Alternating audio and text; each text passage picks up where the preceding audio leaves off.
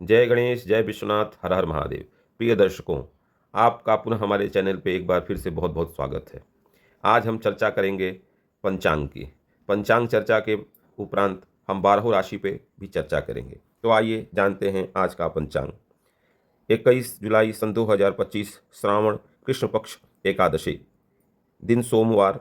आज एकादशी प्रातः 8:14 तक रहेगी। आज नक्षत्र रोहिणी नक्षत्र रात्रि 8:47 तक रहेगी। आज श्रावण सोमवार का पूजा किया जाएगा, विशेष शिव शक्ति पूजन होगा। आज कामदा एकादशी का व्रत भी सभी का होगा। आज के दिन एकादशी का व्रत किया जाएगा। योग वृद्धि योग रहेगा रात्रि 7:06 तक। आज का दिशाशूल पूर्व दिशा में रहेगा, इसलिए पूर्व दिशा की यात्रा करने से बचना चाहिए। आज का राहु काल सुबह 7:30 से 9 बजे तक रहेगा। राहु काल में कोई भी नया कार्य प्रारंभ न करें या नई यात्रा करने से बचें। विशेष रूप से आज श्रावण सोमवार पे सभी गृहस्थजनों को, भक्तजनों को शिव उपासना अवश्य करनी चाहिए। आज श्रावण सोमवार के दिन एकादशी का भी संयोग बन रहा है, जो अपने आप में अति दुर्लभ है। अब आइए चर्चा करते हैं आज के राशि की। आज की पहली राशि मेष राशि। मेष राशि, आज आपकी राशि से चंद्रमा द्वितीय भाव में गोचर कर रहे हैं। वाणी से आपके बहुत सारे कार्य बनेंगे। धन प्राप्ति के योग दिख रहे हैं। परिवार में सुख शांति का माहौल बना रह सकता है। विशेष आप क्रोध के अतिरेक से बचें। कोई भी गुप्त रोग आपको उभर सकता है, इसलिए समय से उसकी दवा और दुआ दोनों कर लेनी चाहिए। बाकी सब आपके लिए शुभ। रहन सहन में साथ संवर के अवसर मिलेंगे या बनेंगे। अनुकूलता समाज में बनी रहेगी। खान पान पे जोर देंगे। परंपरागत कार्यों से आप आगे बढ़ेंगे। विभिन्न आयोजनों में आप जुड़ सकते हैं। लाभ के अवसर आपको प्राप्त होंगे। शिव शक्ति की उपासना करें, मंगल का दान करें। अगली राशि वृष राशि। वृष राशि, आपका आज आत्मविश्वास बढ़ा चढ़ा रहेगा। योजनाओं में वृद्धि होगी। नई नई योजनाएं बनेंगे। नई वस्तुओं की प्राप्ति संभावित है। नई कोशिशों में रुचि बनी रहेगी। नवाचार बढ़ाएंगे। सुखद सूचना प्राप्त होगा। कलात्मक को बढ़ावा मिलेगा। विभिन्न कार्यों से आप जुड़कर आगे बढ़ने की विशेष रूप से विचार आज बनाए रखेंगे। सुख सौख्य में वृद्धि होगी। परिवार में कोई नया मांगलिक कार्यक्रम बन सकता है, किंतु अपने स्वास्थ्य का ध्यान रखें। जली रोग से बचें। आप शुक्र का दान करें। अगली राशि मिथुन राशि। मिथुन राशि, आपकी राशि से चंद्रमा 12वें गोचर कर रहे हैं। ऐसे में नई यात्रा बन सकती है या हो सकती है। व्यवस्था पर ध्यान दें, अन्यथा आपकी व्यवस्था बिगड़ सकती है। आर्थिक मामलों में सूझबूझ बनाए रखें, अन्यथा आपको अर्थ का नुकसान हो सकता है। अगर आप कोई भी किसी के खिलाफ षड्यंत्र करने का प्रयास करेंगे तो हो सकता है इस समय आपके षड्यंत्र खुल के सामने आ जाए, क्योंकि मिथुन राशि में जो वृष का गुरु का गोचर हो रहा है वो बहुत ही अच्छा है, किंतु थोड़ा कष्टकारी भी हो सकता है। अगली राशि कर्क राशि। कर्क राशि, आपके राशि से चंद्रमा एकादश भाव में गोचर कर रहे हैं, जो आपके लिए यश कीर्ति धन पद प्रतिष्ठा आदि की प्राप्ति करा सकते हैं। करियर कारोबार में मित्रों का सहयोग मिलेगा। बड़ी सोच से काम ले, आपको सफलता मिल सकती है, किंतु कुछ गुप्त शत्रुओं और गुप्त रोगों से सावधान रहें, अन्यथा बहुत बड़ा आपको कष्ट हो सकता है। इच्छित लाभ की संभावना बन तो रही है, लेकिन किसी से सोच समझ के चर्चा करें, अन्यथा उसमें व्यवधान उपस्थित हो सकता है। प्रबंधन अपना बेहतर बना के रखें। खुशियां मिलेंगी। करीबियों का साथ मिलेगा। विभिन्न अवसरों के लाभ प्राप्त हो सकते हैं। इच्छित लाभ में थोड़ा देर जरूर हो सकती है, लेकिन होने की संभावना पूरी है, इसलिए सोच समझ के कार्य करें और आगे बढ़ें। चंद्रमा का उपाय करते रहें। सिंह राशि। सिंह राशि, आपकी राशि से चंद्रमा दशम भाव में गोचर करेंगे। अधिकारियों से मदद मिलने की संभावना है, किंतु गलत काम को अगर आप अधिकारियों से कहने या सुनने की कोशिश कर रहे हैं तो उसमें हो सकता है कि आपका तालमेल या रिश्ता बिगड़ सकता है, इसलिए इस मामले में आप सावधानी बरतें। मंगल केतु की वजह से छोटा मोटा आपका एक्सीडेंट का दुर्योग अथवा रोग व्याधि कष्ट परेशानी उत्पन्न होने का भय और खतरा बना हुआ है, इसलिए बहुत ही सावधानी बरतें। परिवार में प्रसन्नता बनी रहेगी। अधिकारी वर्ग प्रसन्न रहेगा। जिम्मेवारी बढ़ेगी आपकी, किंतु आपसी सामंजस्यता से आप उसको आगे कर लेंगे। करियर कारोबार में आपको सफलता के योग बन रहे हैं। विशेष रूप से मंगल केतु आपके लिए अच्छे नहीं हैं, इसलिए उपाय करते रहें। अगली राशि कन्या राशि। कन्या राशि, आपकी राशि से चंद्रमा 9वें भाव में गोचर कर रहे हैं, जो कि धर्म और कर्म में अभिरुचि उत्पन्न करेंगे। आप अपने कार्यस्थल में सफलता की तरफ बढ़ेंगे। विशेष रूप से आपके कौन अपने हैं कौन पराए हैं इसका विचार करके ही आगे बढ़ें। भाग्य की मदद से महत्वपूर्ण कार्यों में आपको सफलता प्राप्त होगी और नए पद प्रतिष्ठा प्राप्ति की पूरी संभावना है। हर ओर इच्छित परिणाम बनेंगे। योजनागत विषयों पर जोर दें, लोगों से तालमेल बढ़ेगा, मित्रों और सहयोगियों से सनिकता बढ़ेगी, प्रतिस्पर्धा बढ़ेगी, लेन देन में सहजता बढ़ाएं, यात्रा की संभावना है, आध्यात्मिक रुचि भी बढ़ेगी। मंगल बहुत जल्दी ही आपकी राशि में प्रवेश करने वाले हैं, इसलिए समय समय पे आप मंगल का उपाय करते रहें और शनि का भी उपाय करते रहें। आज सोमवार के दिन भगवान शिव की उपासना करना आपके लिए परम कल्याणकारी रह सकता है। आप पन्ना रत्न पहन सकते हैं। अगली राशि तुला राशि। तुला राशि आपकी राशि से चंद्रमा अष्टम भाव में गोचर कर रहे हैं। सावधानी बरतें, स्वास्थ्य का ध्यान दें। रोग व्याधि कष्ट परेशानी से परेशान हो सकते हैं। किसी के खिलाफ षड्यंत्र करने से बचें, अन्यथा आपको ही फंसने फंसाने का डर उत्पन्न हो रहा है।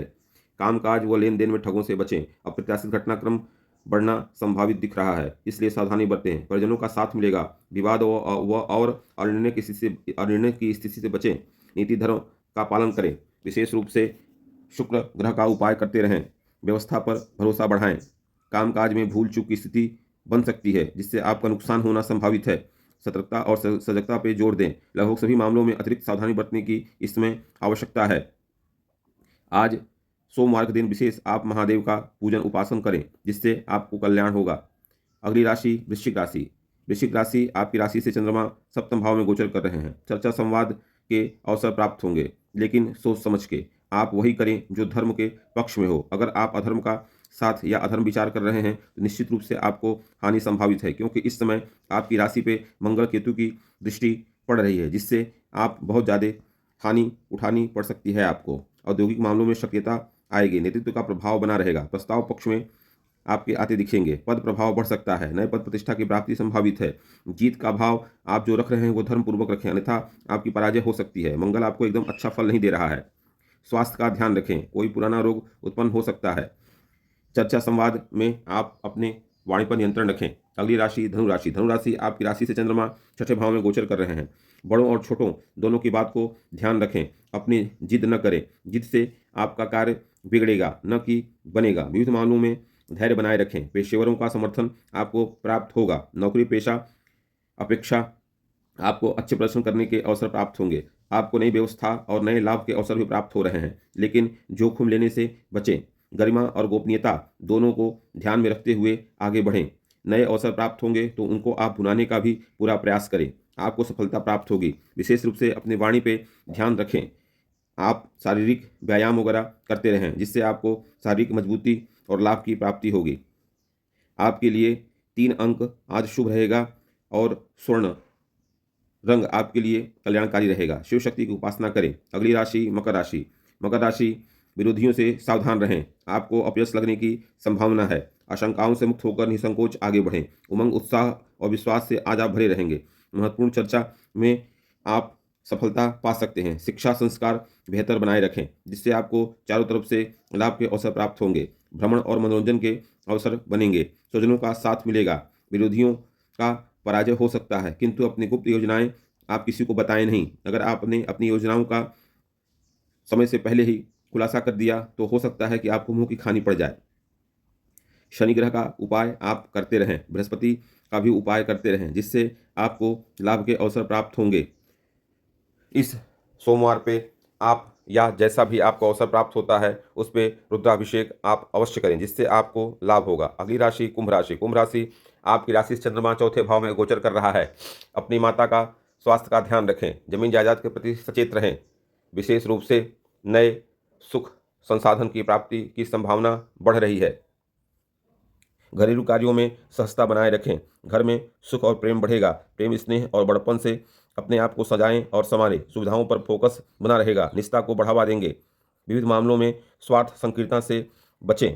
आर्थिक मामलों में निरंतरता बनाए रखें, अन्यथा अर्थ का कष्ट हो सकता है। अपने इष्ट देव की उपासना करते रहें और शिव जी के मंत्रों का जप करें। विशेष रूप से किसी तीर्थ क्षेत्र या तीर्थ स्थल की यात्रा करें, जिससे आपका परम कल्याण होगा और आपको लाभ भी मिलेगा। अगली राशि मीन राशि। मीन राशि आप अपने स्वास्थ्य का ध्यान रखें। विशेष रूप से जलीय रोगों से आप बचें। आपको बंधुओं से करीबी बने रहना चाहिए। सामाजिक संबंधों में प्रभावशाली आप बने रहेंगे। वचन निभाएंगे। उम्मीद से अच्छा प्रदर्शन करेंगे। पेशेवर तेजी बनाए रखेंगे। करीबियों की आप सुन के जो निर्णय लेंगे, जिससे आपको लाभ की प्राप्ति होगी। विशेष रूप से वर्तमान में आप मंगल और केतु का उपाय करते कराते रहें, जिससे आपका स्वास्थ्य अच्छा रहेगा। बृहस्पति को भी आप ध्यान दें, क्योंकि बृहस्पति आपकी राशि से चौथे चल रहे हैं। इसमें से थोड़ा बहुत पेट संबंधित विकार वगैरह उत्पन्न होने की संभावना बन रही है, किंतु घबराने की कोई आवश्यकता नहीं है, वो समय से ठीक हो जाएगा। अब आइए चर्चा हम करेंगे सनातन धर्म में षोडश संस्कार पे। जीते जी यह लोग, मरने के बाद परलोक, इस कामना को ध्यान में कुछ रखते हुए भी 16 संस्कार की बात करते हैं। जब हमें प्राप्त हो तो तेजस्वी संतान की प्राप्ति हो और मरने के बाद उत्तम लोक की प्राप्ति हो। इन्हीं विचारों के मध्य 16 संस्कार किया जाता है। पहला गर्भधान संस्कार, दूसरा पुंसवन, सीमंतोन्नयन, जातकर्म, नामकरण, निष्क्रमण, अन्नप्राशन, मुंडन, कर्णवेद, विद्या आरंभ, उपनयन, उसी में वेदारंभ भी होता है, केशांत, समावर्तन, विवाह, आज्ञाधान, अंत्येष्टि। यह 16 संस्कार बतलाए गए हैं। इन 16 संस्कारों के संदर्भ में आइए कुछ बातें हम जानते हैं कि कब कौन से संस्कार किए जाते हैं। इससे हमारा जीवन और भी उत्तम बनता है। पहला होता है विवाह के पश्चात गर्भाधान संस्कार। शौनक ऋषि के अनुसार पति द्वारा प्रदत्त शुक्र को भार्या द्वारा धारण करने के संस्कार को गर्भाधान कहते हैं। निषिक्तो यत प्रयोगेण गर्भ संधार्यते स्त्रिया तद गर्भालंबनम नाम कर्म प्रोक्तम मनीषिभिः। दूसरा होता है पुंसवन। गर्भधारण के द्वितीय या तृतीय मास में पुंसवन संस्कार किया जाता है। इसमें गर्भिणी स्त्री के गोद में जल से भरा फल अथवा जल से भरा मिट्टी का पात्र रखकर पति दाहिनी अनामिका से पत्नी का उदर स्पर्श करता हुआ तेजस्वी संतान की कामना करता है। इसके पश्चात तीसरा होता है सीमंतोन्नयन संस्कार। गर्भ की रक्षा के लिए गर्भधारण के चतुर्थ या पंचम मास में सीमंतोन्नयन संस्कार किया जाता है। गर्भिणी स्त्री के केशों को ऊपर उठाया जाता है। साथ ही गर्भ भगवती श्री देवी का आवाहन कर गर्भिणी स्त्री की रक्षा के लिए प्रार्थना की जाती है। चौथा होता है जातकर्म संस्कार। पुत्र या संतान के जन्म के संदर्भ में सूचना प्राप्त होते ही पिता को वस्त्र सहित स्नान करना चाहिए। इसे ही जातकर्म संस्कार कहते हैं।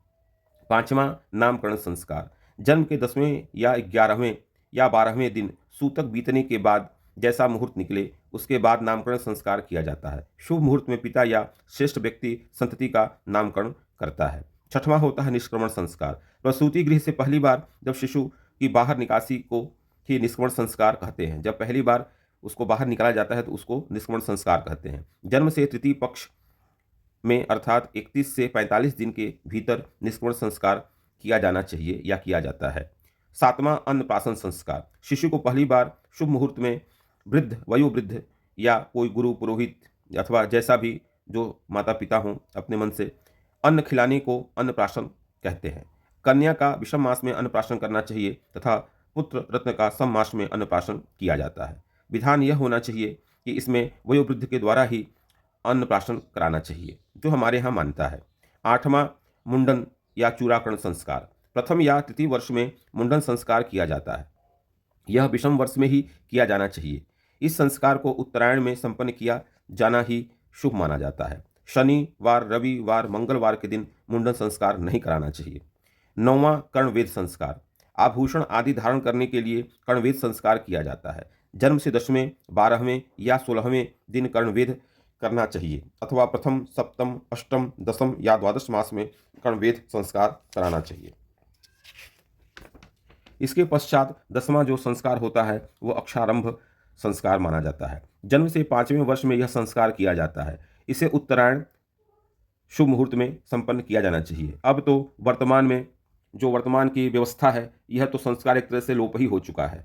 स्कूल को 3 या 4 वर्ष में ही लोग भेज देते हैं। उसमें क्या मुहूर्त देखते हैं, क्या मुहूर्त नहीं देखते हैं, वो तो ईश्वर ही जानता है। लेकिन हमारे जीवन में अक्षारंभ संस्कार बहुत ही महत्वपूर्ण माना जाता है, इसलिए शुभ मुहूर्त में अक्षारंभ संस्कार अवश्य करना चाहिए। तत्पश्चात 11वां उपनयन संस्कार आता है। उपनयन संस्कार में विप्र को 8वें वर्ष में, क्षत्रिय का 11वें वर्ष में, वैश्य का 12वें वर्ष में उपनयन या जनेऊ किया जाता है। इस काल में इस वर्ष बीत जाने के बाद ब्राह्मण का 16वें वर्ष में, क्षत्रियों का 22वें वर्ष में तथा वैश्य का 24वें वर्ष में उपनयन यज्ञोपवीत संस्कार अवश्य ही करा देना चाहिए। जो लोग वर्तमान में विवाह के समय उपनयन कराने की एक अपनी धारणा बना के रखे हैं कि 30 वर्ष में विवाह होगा तो 30 वर्ष में उपनयन करेंगे, ये बहुत ही गलत है। आप इससे बचें, समय से उपनयन अपने बच्चों का करें और करावें। उनको गुरु के द्वारा जो भी संध्या संस्कार समझाना बताना है उसको समझा बतवा के उसको संध्या संस्कार आदि कराने की उनकी प्रवृत्ति बनावें, इससे परम उनका कल्याण होता है। इसके पश्चात 12वां केशांत संस्कार केश एवं दाढ़ी का वपन केशांत संस्कार कहलाता है। इसी को गोदान भी कहते हैं। इस संस्कार में आचार्य को गोदान किया जाता है। इसे ब्राह्मण हेतु 16वें वर्ष, क्षत्रिय हेतु 22वें वर्ष तथा वैश्य हेतु 24वें वर्ष में किया जाता है।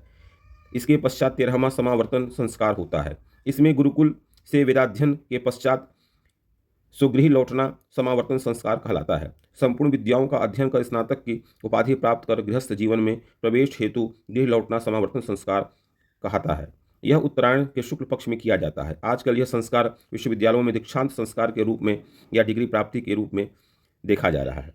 इसके पश्चात 14वां विवाह संस्कार। अध्ययन समाप्ति के पश्चात विवाह संस्कार किया जाता है। पंचांगों में विवाह के शुभ मुहूर्त दिए रहते हैं, उसमें से शुभ मुहूर्त अपना के अपने बच्चों का विवाह संस्कार आचार्यों द्वारा अथवा अपने कुल पुरोहित के वचन अनुसार विचार अनुसार कराना चाहिए। विवाह को सर्वकालिक माना जाता है। यह 8 प्रकार के होते हैं। इसकी चर्चा फिर कभी करेंगे। 15वां संस्कार अग्निधान संस्कार होता है। शुभ मुहूर्त में गृहस्थ बना बटुक घर के भीतर अग्निशाला की स्थापना कर प्रतिष्ठी जो होम करना आरंभ करता है, इसको अग्निधान संस्कार कहते हैं। यह सनातन जीवन में बहुत ही महत्वपूर्ण संस्कार अग्निधान संस्कार माना जाता है। 16वां और अंतिम संस्कार जो होता है वह अंत्येष्टि संस्कार होता है। मृत्यु हो जाने के पश्चात अंतिम क्रिया को अंत्येष्टि संस्कार कहते हैं। यह संस्कार श्मशान में संपन्न होता है। अंत्येष्टि में 6 पिंड दान किए जाते हैं। अंत में अस्थि संचय कर तीर्थों में उसका प्रक्षेप किया जाता है। 12 दिन के अंदर अंत्येष्टि की सारी प्रक्रियाएं पूर्ण की जाती हैं। यह रहा हमारे हिंदू धर्म में 16 संस्कार के विषय में जानकारी। इसको आप सुने, गुने और जरूर करें। इसी के पश्चात उप संस्कार भी होते हैं, जिसमें कुछ मैं बता रहा हूँ आपको। बच्चे के जन्म के पश्चात पहला षष्ठी देवी पूजन, दूसरा प्रसूति का स्नान, तीसरा स्तनपान संस्कार, चौथा अभ्यंग संस्कार, 5वां मूर्धन्य चुंबन या ललाट चुंबन संस्कार, 6वां पालना संस्कार, 7वां गोदुग्ध पान संस्कार, 8वां जल पूजन संस्कार, 9वां तांबूल भक्षण संस्कार, 10वां सूर्य चंद्र अवलोकन संस्कार, 11वां भूमिपवेशन संस्कार या बच्चों को जब भूमि बैठाते हैं उसको भूमिपवेशन संस्कार कहते हैं। 12वां अब्दपूर्ति संस्कार होता है। यह उप संस्कार की संज्ञा में आते हैं। इसको भी प्रत्येक गृहस्थ को जानना और करना चाहिए, जिससे बच्चे की आयु में वृद्धि होती है अथवा वह शतायु होता है। इसी के साथ आज के लिए बस इतना ही। अगले अंक में मिलेंगे। अगले अंक पे हम फिर एक नए विषय पे चर्चा करेंगे। तब तक के लिए आप सभी दर्शक अपना ध्यान रखें, शिव शक्ति की इस श्रावण मास में उपासना करें और अपना जीवन कल्याणकारी बनावें। अपना ध्यान रखें। जय गणेश, हर हर।